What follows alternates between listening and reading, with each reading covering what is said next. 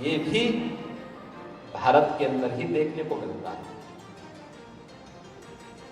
हम देव मंदिरों में जाते हैं, काशी विश्वनाथ मंदिर में जा रहे हैं, देवी मंदिरों में हम जाते हैं, मथुरा वृंदावन में जाकर के वहां भी हम दर्शन करते हैं। कहीं भी जाकर के दर्शन इस बात को लेकर करते हैं क्योंकि हम उसके साथ अपनी विरासत को जोड़ते हैं और विरासत के प्रति यह अनुराग हम लोगों को उन संकीर्णताओं से ऊपर उठाता है जो कभी भारत के अंदर मत और पंथ के नाम पर विभाजन के रूप में पैदा करने का प्रयास हुआ था। आज देखें, श्री राम जन्मभूमि के आंदोलन में मत और पंथ का कोई भी बात नहीं था, जाति का कोई भेद नहीं था। हर भारतवासी, उत्तर हो, दक्षिण हो, पूरब हो, पश्चिम हो और किसी भी जाति का रहा हो, हर एक व्यक्ति उस आंदोलन के साथ जुड़ करके, क्योंकि राम के साथ उसने अपनी परंपरा को जोड़ा था, वो राम को अपना पूर्वज मान करके संपूर्ण समर्पण भाव के साथ कार्य करता रहा। परिणाम हम सबके सामने है कि राम जन्मभूमि आंदोलन सफलता से आगे बढ़ते हुए आज भव्य मंदिर निर्माण का और दुनिया के सबसे भव्यतम मंदिर के निर्माण के रूप में हम सबके सामने आने जा रहा है। याद रखना, जब भी विरासत के प्रति समर्पण का यह भाव और सनातन धर्म की अपनी पहचान के अनुरूप कृतज्ञता ज्ञापित करने का यह भाव हमारे मन में रहेगा, तब तक दुनिया की कोई ताकत आपका बाल बांका नहीं कर पाएगी। लेकिन इसमें कोई भी कार्य करना हो, जैसे आज हम अपनी गुरु परंपरा के प्रति कृतज्ञता ज्ञापित करने के लिए आज हर सनातन धर्मावलंबी किसको हमने गुरु माना, आदि गुरु के रूप में हमने वेदव्यास को माना, गुरु पूर्णिमा के रूप में हम लोग उनको मानते हैं। जगत गुरु आदि शंकराचार्य को भी हमने आदि गुरु के रूप में मान्यता दी, क्योंकि एक समय जब सनातन धर्म संकट में था, सुदूर दक्षिण में पैदा हुआ एक सन्यासी भारत के अंदर जाकर के व्यापक सनातन धर्म की स्थापना के लिए अपना संपूर्ण समर्पण भाव के साथ कार्य करता है। उनके प्रति भी कृतज्ञता ज्ञापित करते हैं हम लोग। आदि शंकराचार्य की जयंती आज भी हम लोग उसी रूप में मनाते हैं। अलग अलग कालखंड में अलग अलग संतों ने, ऋषि मुनियों ने इस अलग को आगे बढ़ाने का काम किया, एक कृतज्ञता ज्ञापित करने का एक अवसर होता है। और अलग अलग क्षेत्रों में उन्होंने व्यापक जागरण का एक अभियान चलाया। अपने मध्यकाल में संत तुलसीदास जी को देखा होगा। संत तुलसीदास जी ने व्यापक जागरण का कार्यक्रम, आज जो हमारे गांव गांव में रामलीलाओं का आयोजन होते हैं, ये भी तो एक संत की ही देन है। रामलीलाओं के माध्यम, रामचरितमानस की रचना करने के बाद फिर उसके माध्यम से रामलीलाओं का आयोजन गांव गांव में हो, एक जागरण का माध्यम बने, भारत की प्राधीनता से मुक्ति का माध्यम बने। और उस कालखंड में जब अकबर के द्वारा बुलावा आता है संत तुलसीदास जी को कि उनके एक नवरत्न तुलसीदास जी के पास आते हैं, कहते हैं कि आपको बादशाह ने बुलाया है। तुलसीदास जी ने कहा, बादशाह कौन?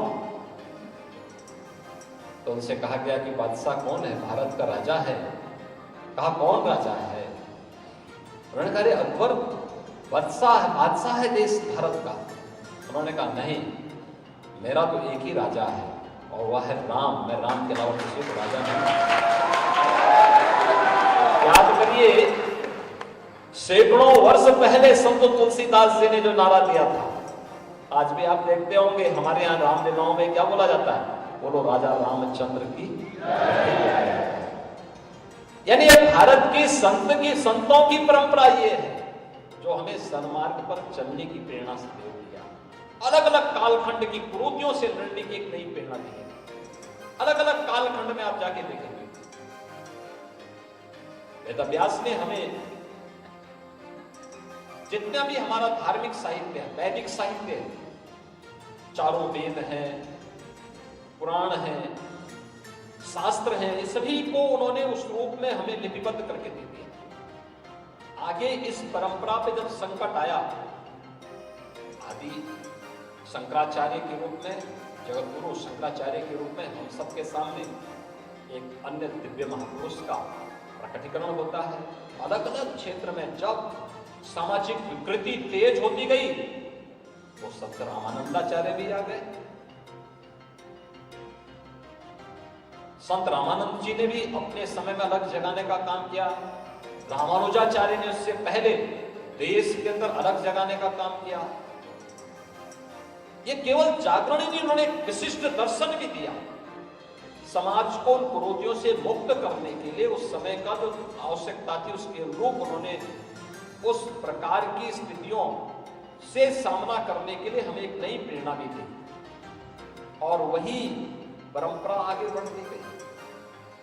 हम अपनी गुरु परंपरा के प्रति जो आदर का भाव व्यक्त करते हैं, सम्मान का भाव, कृतज्ञता का ज्ञापित करते हैं, कौन है? 5 प्रकार की परंपरा को हम लोगों ने गुरु के रूप में मान्यता दी। एक हमारी ऋषि परंपरा का, हमने उस ऋषि परंपरा को अपने गुरु के रूप में मान्यता दी। अलग अलग क्षेत्रों में, अलग अलग कालखंडों में सबका बहुत महत्वपूर्ण भूमिका रही है समाज को जागृत करके एक जागृत समाज के रूप में सनातन धर्म को मजबूती बनाने के लिए, उसको पुष्ट बनाने के लिए। उसको विस्मृत नहीं किया जा सकता, चाहे वह भगवान वेदव्यास की परंपरा हो, आदि शंकराचार्य की परंपरा हो, महायोगी गोरक्षनाथ जी की परंपरा हो, रामानुजाचार्य की परंपरा हो, रामानंदाचार्य की परंपरा हो, निम्बार्काचार्य की परंपरा हो। ये जितनी भी परंपराएं हैं, अलग अलग सैकड़ों ऐसी परंपराएं आपको भारत के अंदर देखने को मिलेंगी और सबने अपने समय में एक नई प्रेरणा दी समाज को आगे बढ़ने के लिए। एक नई प्रेरणा थी समाज को विकृतियों से मुक्त करने और एक नई राह दिखाने का एक मार्ग उन्होंने प्रशस्त किया। और यह प्रेरणा ही था जिसके कारण सनातन धर्म विपरीत से विपरीत परिस्थितियों का सामना करते हुए भी सदैव आगे बढ़ता हुआ दिखाई दिया। आज भी आप देख रहे होंगे, जिस भारत के बारे में लोग मानते थे कि भारत 1947 में आजाद होगा, उस भारत की स्थिति क्या? लोग बोलते थे आजाद होने के बाद भारत बहुत दिनों तक भारत नहीं रह पाएगा।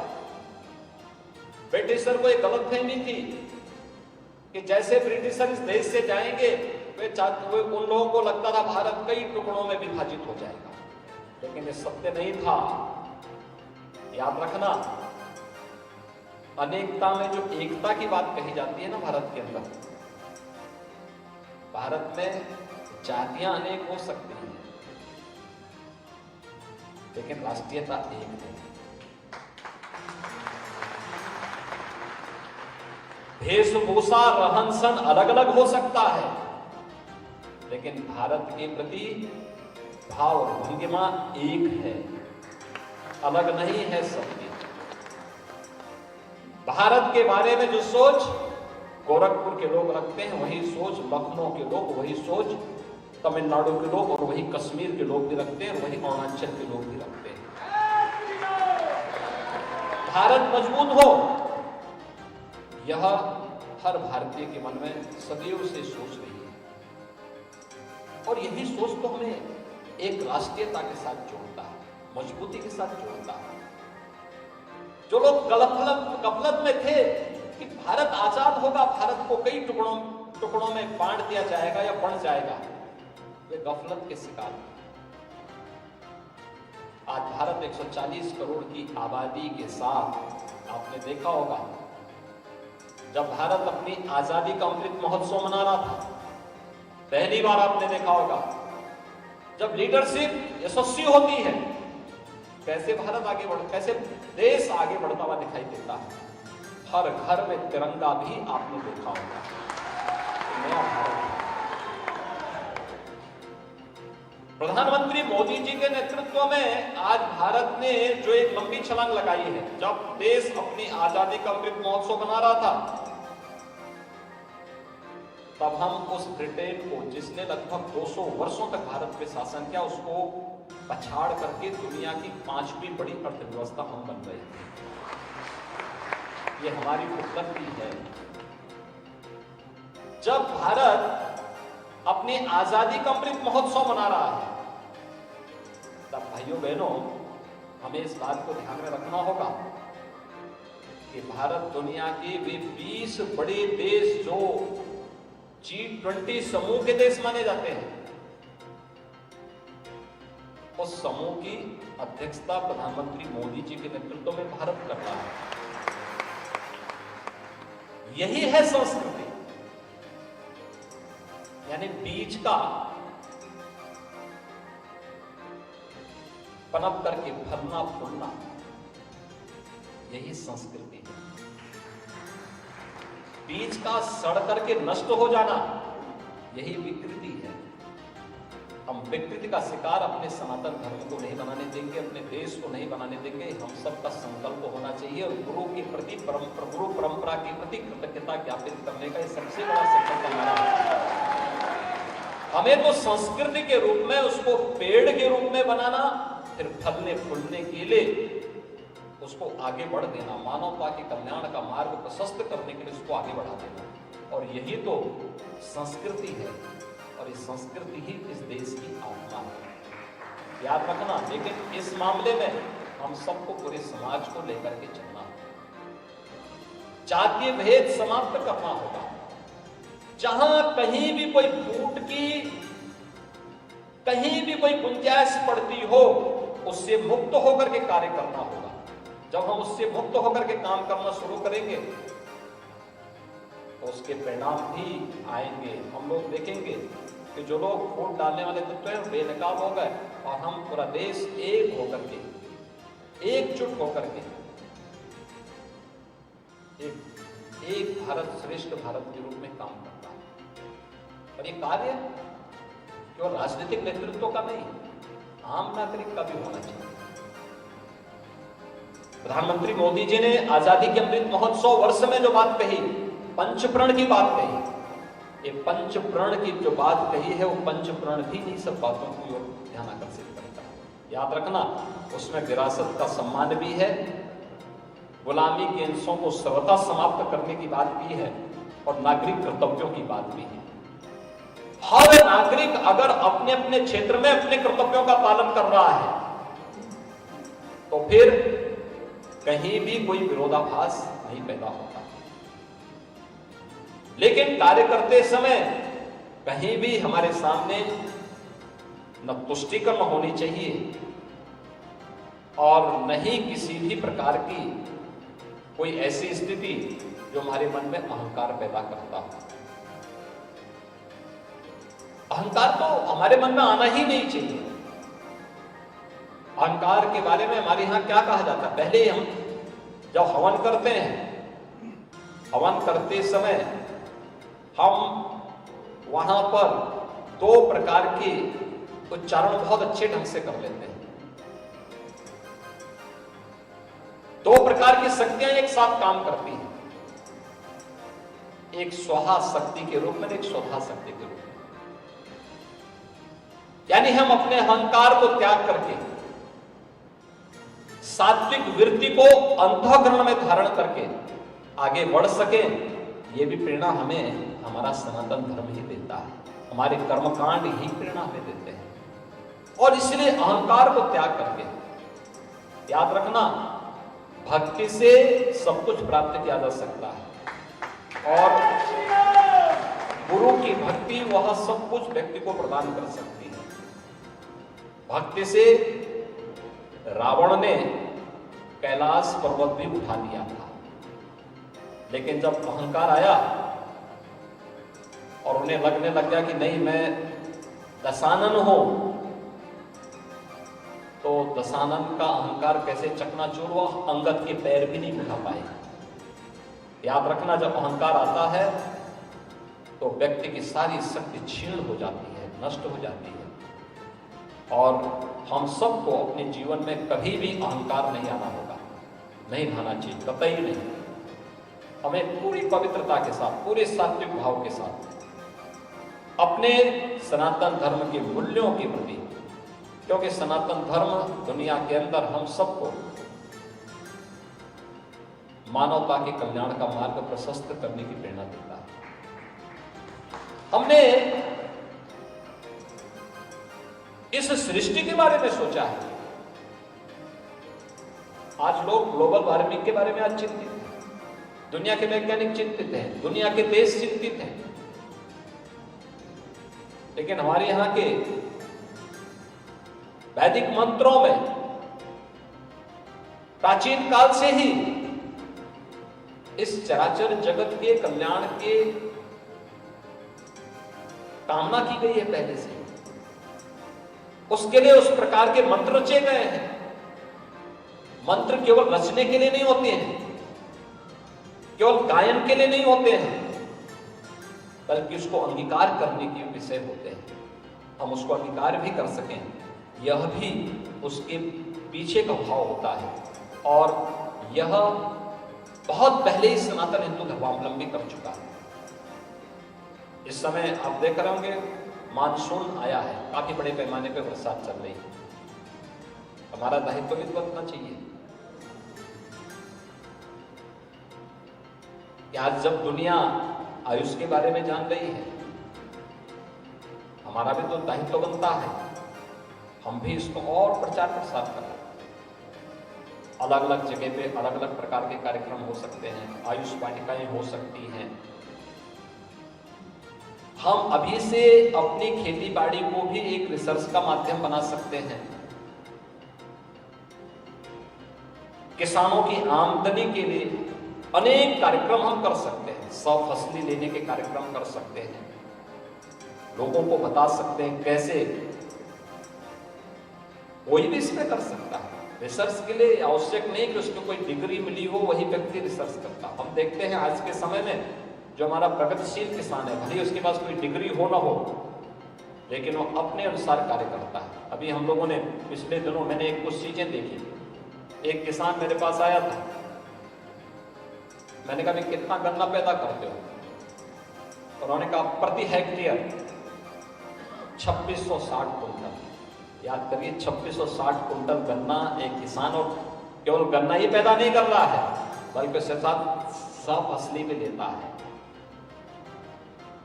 कोई उसके साथ हल्दी बो रहा है, कोई उसके साथ धनिया बोता है, कोई उसके साथ लहसुन की खेती कर देता है, कोई उसके साथ कोई अन्य खेती, अदरक की खेती कर देता है। यानी ये भी तो अपने शोध के माध्यम से उन किसानों ने कार्य करके दिखाया है। ये भी तो लोक कल्याण का कार्य है। दूसरा, जैविक पद्धति से भी उन्होंने कार्य किया।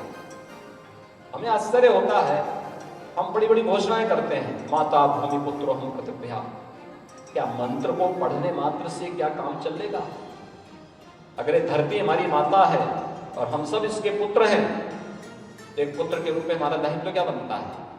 क्या हम धरती को विकृत करें? क्या धरती के साथ, धरती माता के साथ खिलवाड़ करें? क्या केमिकल और फर्टिलाइजर डाल करके इसकी क्षमता को क्षीण कर दें? क्या एक पुत्र का दायित्व यही होता है कि अपनी मां को कमजोर करे? लेकिन ये हो रहा है।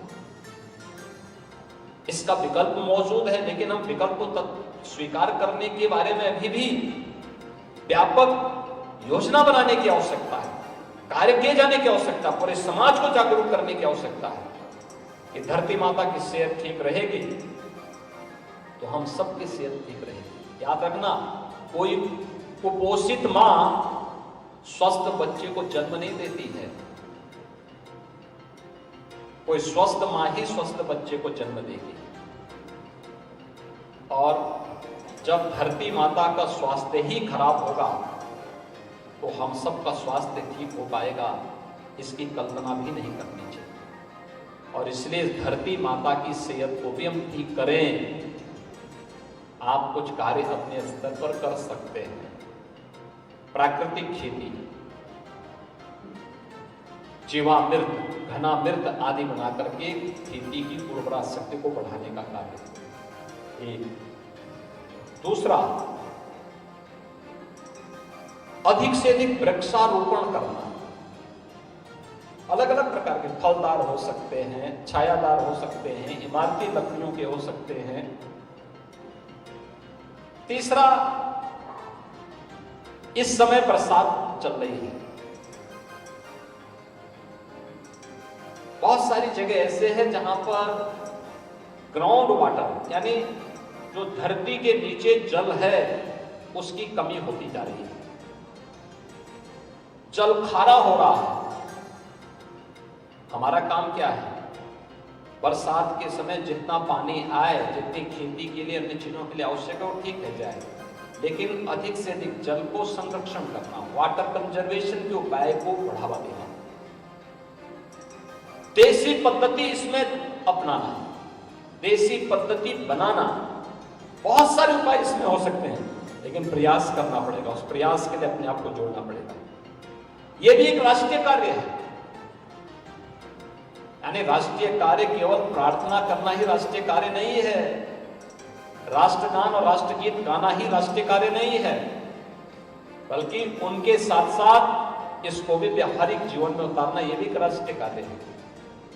और यह भी कृतज्ञता ज्ञापित करने का, धरती माता के प्रति कृतज्ञता ज्ञापित करने का एक माध्यम हमारा है। ये धरती माता हमें जीने के लिए जगह देती है, हम अपने हर प्रकार के अच्छे बुरे कर्म इस धरती माता पे करते हैं, तो उसके संरक्षण का दायित्व भी हमारे ऊपर होना चाहिए।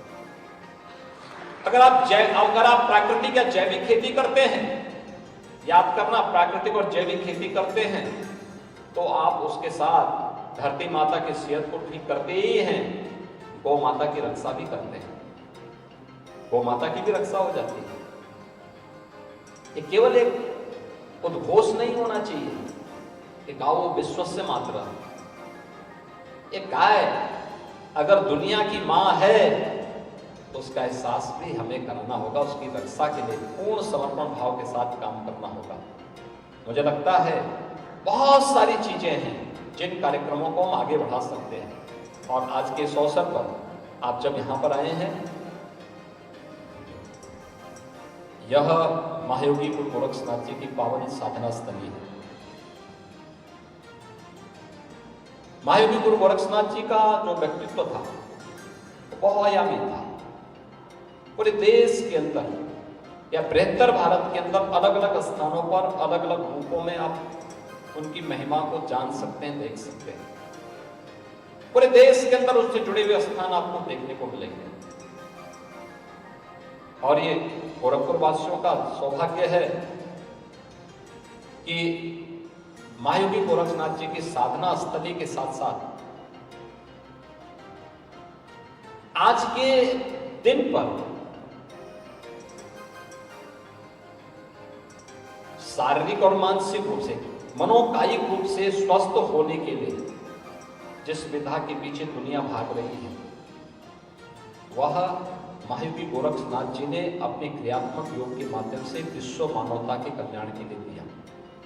योग की अनेक विधाएं अलग अलग आयु के लिए, अलग अलग प्रकृति के लोगों के लिए उन्होंने पहले से दी हुई।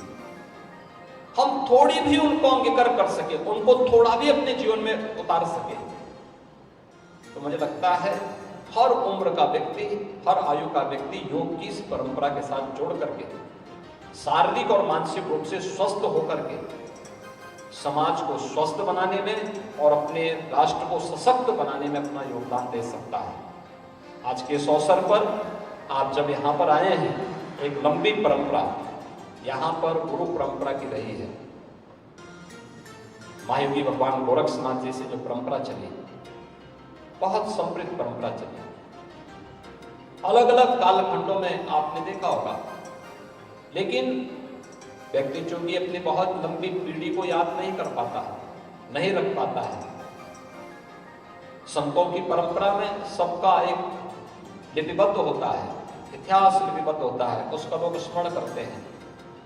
लेकिन यहां पर रखना, योगीराज बाबा गंभीर नाथ जी के बारे में यहाँ के लोग, यहाँ के श्रद्धालुजन या जिज्ञासु जो साधना के क्षेत्र में थोड़ी भी जिज्ञासा रखते हैं, वे सब जानते हैं सिद्ध योगी के रूप में उनकी मान्यता को। गोरखनाथ मंदिर का ये स्वरूप इस रूप में आना चाहिए। महंत दिग्विजय नाथ जी महाराज का योगदान हम सबके सामने है, और केवल साधनात्मक पक्ष ही नहीं,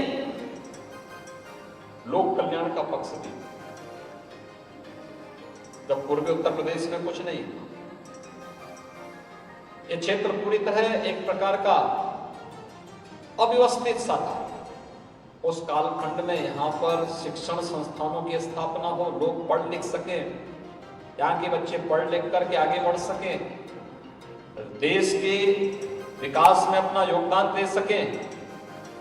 मेरे पूज्य गुरुदेव ब्रह्मलीन गोरक्ष पीठाधीश्वर महंत वैद्यनाथ जी महाराज, आपने देखा होगा कि बहुआयामी व्यक्तित्व था। एक पक्ष जो साधनात्मक पक्ष था, एक संत के रूप में, एक योगी के रूप में उस पक्ष का प्रभावी नेतृत्व और प्रतिनिधित्व करने के साथ ही लोक कल्याण के कार्यक्रमों के साथ अनेक शिक्षण प्रशिक्षण संस्थाओं की स्थापना के कार्यक्रम को आगे बढ़ाने के साथ ही श्री राम जन्मभूमि आंदोलन की जब बात आई तो पूरे देश के अंदर नेतृत्व देने के लिए राम जन्मभूमि मुक्ति के समिति के अध्यक्ष के रूप में भी अग्रणी होकर के महंत वैद्यनाथ जी महाराज से सामान्य रूप से कोई मिलता था, मैं मान के चलता था क्या इतने सरल और सहज संत क्या राम जन्मभूमि जैसे उग्र आंदोलन का नेतृत्व कर पाएगा। लेकिन वो आंदोलन भी हुआ, क्योंकि एक पक्ष उनका साधनात्मक है, एक पक्ष क्रियात्मक है, और व्यवहारिक पक्ष जो समाज की आवश्यकता के अनुरूप शिक्षण संस्थाएं खुलनी है तो खुलनी है, उस कार्य को आगे बढ़ा देना। चिकित्सालय खुलना है तो खुलना है, कार्य आगे बढ़ेगा। और अपनी विरासत के प्रति सम्मान का भाव व्यक्त करते हुए अगर किसी कालखंड में किन्हीं कारणों से हमारे किसी स्थल को किसी ने अपवित्र किया है, हम फिर से उसको पवित्र करके वापस लेंगे, यह भाव और वह उन्होंने उस समय करके दिखाया। आज आप सब यहाँ पर आए गुरु पूर्णिमा के पवित्र अवसर पर।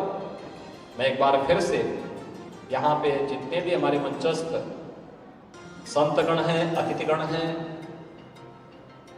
यहाँ पे जितने भी संतगण हैं, आचार्यगण हैं, अन्य जनप्रतिनिधिगण हैं, इन सब को और आप सभी श्रद्धालुओं को मैं आज के इस अवसर पर गुरु पूर्णिमा की हृदय से बधाई देता हूँ। पूरे प्रदेश वासियों को बधाई देता हूँ, अपनी शुभकामनाएं देता हूँ और विश्वास व्यक्त करता हूँ कि सनातन धर्म के अनुरूप कृतज्ञता ज्ञापित करना और कृतज्ञता ज्ञापित करने के साथ साथ अपने पूर्वजों को, अपनी परंपरा को, जो मैंने कहा कि 5 प्रकार के व्यक्तियों को हमने गुरु के रूप में मान्यता दी। ऋषि परंपरा को हमने माना, माता को और पिता को भी हमने गुरु के रूप में माना है, बड़े भाई को भी गुरु के रूप में हमने मान्यता दी है, और जो हमारा परंपरागत स्कूली गुरु होते हैं उनको भी गुरु के रूप में मान्यता दी है। इनके प्रति जीवन में सदैव कृतज्ञता ज्ञापित करने का भाव हमारे मन में अवश्य होना चाहिए, क्योंकि इन सब की प्रेरणा से ही हम आगे बढ़ते हैं। आगे का मार्ग अगर स्कूली गुरु या माता पिता या बड़ा भाई या ऋषि परंपरा, हर व्यक्ति के साथ इसका ऋण सदैव चलता है। उस ऋण से ऋण होने के लिए अगर हम अपने स्तर पर कुछ भी प्रयास कर सकें तो वास्तव में हमें सनातन धर्मावलंबी होने का पूरा अधिकार है, और हम अपने सनातन धर्म को पुष्ट करने में योगदान दे पा रहे हैं। आज के इस अवसर पर मैं आप सबके प्रति अपनी शुभकामनाएं देता हूं। गुरु पूर्णिमा का यह पर्व आपके लिए, आपके परिवारजनों के लिए मंगलमयी हो, फलदायी हो, और आपके जीवन में शुभ और मंगल का आवास निरंतर होता रहे, इस विश्वास के साथ मेरी मंगलमय शुभकामनाएं आप सबके प्रति है। ओम शांति शांति शांति।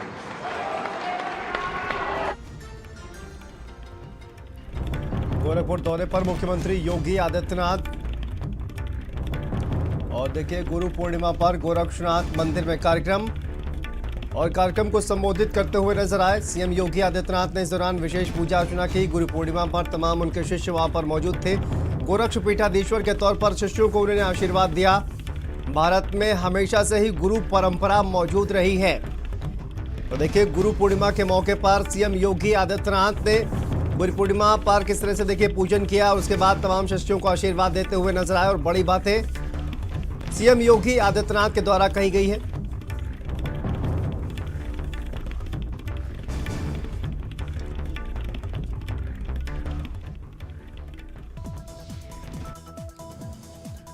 गोरखपुर में गुरु पूर्णिमा के अवसर पर गोरक्ष पीठाधीश्वर